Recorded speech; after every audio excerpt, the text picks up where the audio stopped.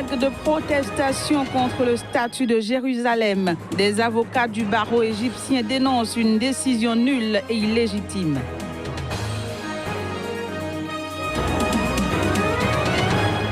Pendant ce temps, au Niger, les proches des soldats emprisonnés pour refus de combattre l'ennemi demandent la grâce présidentielle pour leur libération.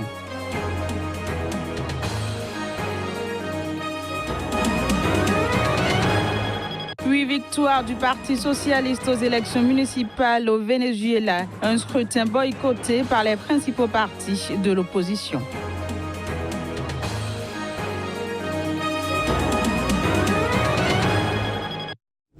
Merci de rester fidèle au programme de SICA TV. Bienvenue à toutes et à tous. Des avocats de l'association du barreau égyptien se sont rassemblés pour manifester au Caire. Ils protestaient comme des milliers d'autres personnes à travers le monde contre la décision controversée du président américain Donald Trump de reconnaître Jérusalem comme la capitale d'Israël. Voici les images.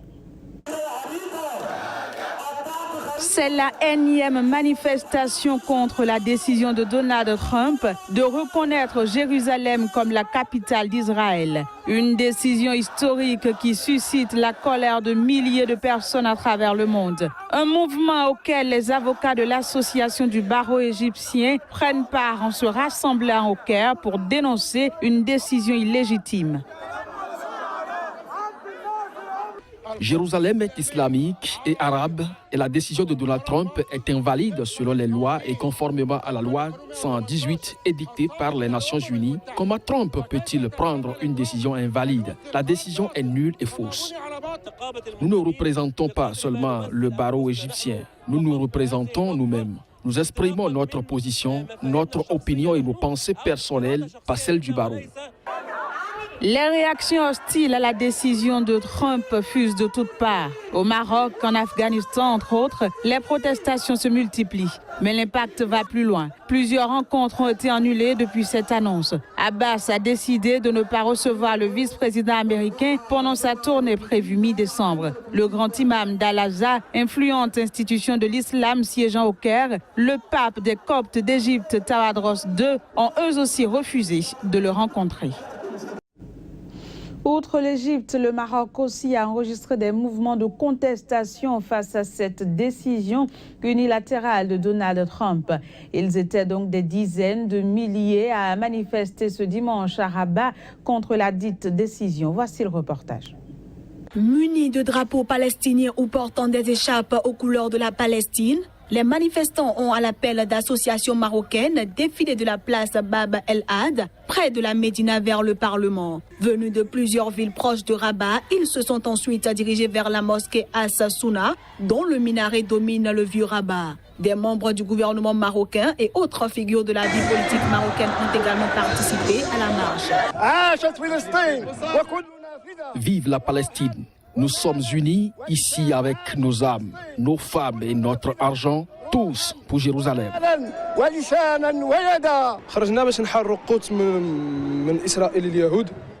Nous sommes descendus dans les rues pour libérer Jérusalem des Israéliens juifs et des sionistes qui ont colonisé cette terre, et aussi pour protester contre les déclarations de Trump qui a bouleversé le monde entier et surtout les Marocains quand il a dit que Jérusalem était la capitale d'Israël. Tout ça est faux. Ce sont des mensonges. Jérusalem est la capitale de la Palestine. Face à la décision du président américain Donald Trump, le roi Mohamed, président du comité Al-Qods, a exprimé plus tôt cette semaine sa profonde préoccupation. Il a aussi mis en garde contre toute atteinte au statut juridique et historique reconnu de Jérusalem.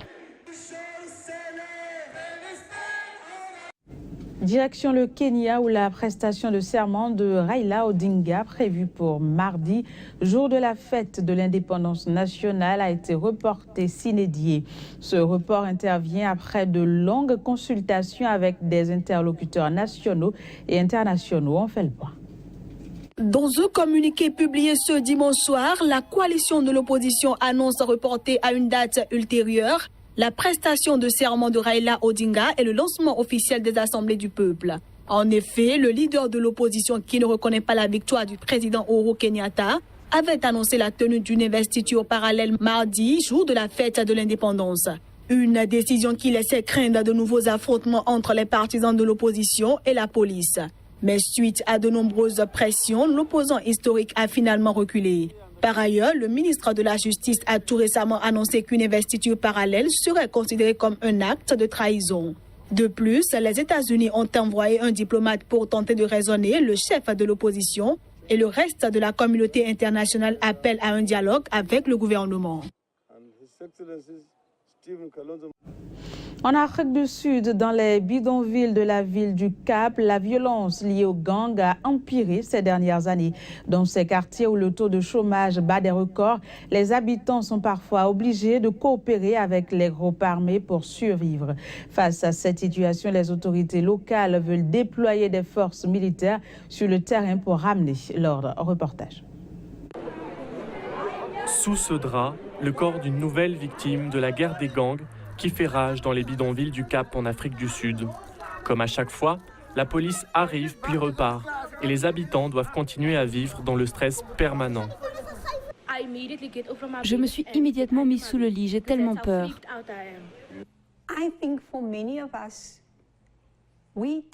Beaucoup d'entre nous n'ont jamais connu la paix. Nous ne savons pas ce qu'est vivre en harmonie. Nous avons grandi avec la violence.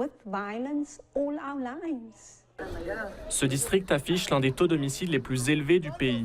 Plus de 50 personnes sont mortes dans des fusillades entre gangs ces 4 derniers mois. Le fort taux de chômage et les problèmes sociaux favorisent l'implantation de ces groupes armés. Il y a beaucoup de coopération entre la communauté et les gangs. Les gens ne le font pas parce qu'ils en ont envie, ils y sont poussés pour pouvoir survivre. Le trafic de drogue et les autres activités criminelles sont une manne pour les gangs désormais lourdement armés. La police lutte pour réprimer les guerres de territoire et les représailles, mais face à l'ampleur du phénomène, le gouvernement provincial envisage de déployer l'armée dans les rues. Si les soldats sont déployés non comme soldats mais comme unité de renfort à la police, cela nous apportera l'effectif et la visibilité dont nous avons besoin. Et cela fera une énorme différence. Les soldats ont déjà été déployés dans ces bidonvilles en 2015, mais 2 ans plus tard, le nombre d'adhésions aux gangs est à nouveau monté en flèche, à défaut de solutions de long terme pour régler les problèmes sociaux et économiques. Au Niger, les épouses et enfants des forces de défense et de sécurité ont donné de la voix. Les familles des centaines de soldats gardés en prison depuis plus de 2 ans pour avoir refusé de combattre face à l'ennemi implorent la grâce du président de la République pour leur libération. C'est un reportage signé Abdul Karim Mahamadou. C'est en marge de la commémoration de la Déclaration universelle des droits de l'homme que ces familles de centaines de soldats détenus dans les différentes prisons du Niger pour refus de combattre face à l'ennemi sont sortis exprimer leurs cris de détresse. Les femmes et les enfants de ces soldats sont dans le dénuement total car les soldes de leurs parents sont coupés. Ces familles dénoncent le refus du tribunal militaire de traiter et juger les soldats. Devons-nous comprendre que le tribunal militaire qui enfreint aux règles élémentaires de la procédure pénale soit au-dessus de la justice du tribunal du droit commun? Ces soldats n'ont-ils pas droit à l'équité de la loi devant la justice? Ce tribunal militaire continuera-t-il à réduire au silence au fond de leur cellule ces soldats qui ont pourtant choisi de donner leur vie pour défendre ce pays? Ainsi, c'est comme ça que ces soldats seront remerciés pour tout le sacrifice qu'ils ont consenti pour ce pays. Face à la situation que ces familles vivent en l'absence de leurs époux, frères et enfants, elle lance un ultime appel au président de la République, Issoufou Mahamadou, chef suprême des armées, pour que ces soldats soient libérés. Derrière ces FDS en prison souffrent des milliers de femmes et d'enfants. Nous savons, Excellence, Monsieur le Président, que votre souci premier est l'amélioration des conditions de vie et de travail de nos FDS. Nous n'avons d'autre choix que cet appel ultime et nous comptons sur votre sens élevé d'humanisme pour que ces soldats puissent retrouver leur famille et aussi leur mission de sécurisation de notre cher pays. Outre ces soldats détenus pour refus de combattre face à l'ennemi, d'autres militaires, officiers supérieurs dont le général Salou Suleiman, ancien chef d'état-major général des armées et parent du général de corps d'armée Salou Jubo, chef de la transition militaire de 2010 à 2011, sont en prison depuis 2 ans pour une présumée tentative de coup d'État contre le régime actuel. Pendant ce temps, au Cameroun, des assaillants présumés sécessionnistes ont lancé des assauts dans la ville de Koumba dans la nuit de samedi à dimanche. Ils ont attaqué 2 convois des forces de défense et de sécurité. Le bilan fait état de 3 morts dans le camp des assaillants et plusieurs personnes blessées du côté des forces de l'ordre. Il faut dire que depuis le début du mois de novembre, on dénombre déjà 11 soldats camerounais tués par des présumés activistes radicaux nés de la crise sociopolitique qui secoue les régions anglophones du pays. Puis le président vénézuélien Nicolas Maduro a revendiqué dimanche une large victoire aux élections municipales, un scrutin boycotté par les principaux partis d'opposition qui devraient être exclus de la présidentielle de 2018 où Nicolas Maduro entend viser un nouveau mandat. Voici le reportage. Nous avons remporté plus de 300 mairies sur les 335 du pays. Plus de 300 mairies dans le pays. C'est au cours d'un meeting organisé à Caracas que Nicolas Maduro revendiquait la victoire de son parti au municipal. L'heure est donc à la réjouissance. Mais c'est aussi l'occasion pour le dirigeant socialiste de féliciter le camp d'en face qui a remporté plusieurs villes. Je veux féliciter les maires élus de l'opposition. Ils ont remporté les villes de San Cristobal, Chacao, El Atilo, Baruta. Félicitations aux maires élus. Le scrutin a connu une participation de 47,32% selon le Conseil national électoral. Outre les élections municipales, le parti au pouvoir a aussi remporté le poste de gouverneur de l'État de Zulia, portant ainsi à 19 sur 23 le nombre de régions contrôlées par le Parti socialiste uni du Venezuela. Dimanche, Nicolas Maduro a annoncé qu'en raison de leur refus de prendre part au scrutin municipal, les principaux partis d'opposition seraient exclus de l'élection présidentielle prévue pour l'année 2018. Voilà, c'est la fin de ce journal. Merci de l'avoir suivi. À très bientôt.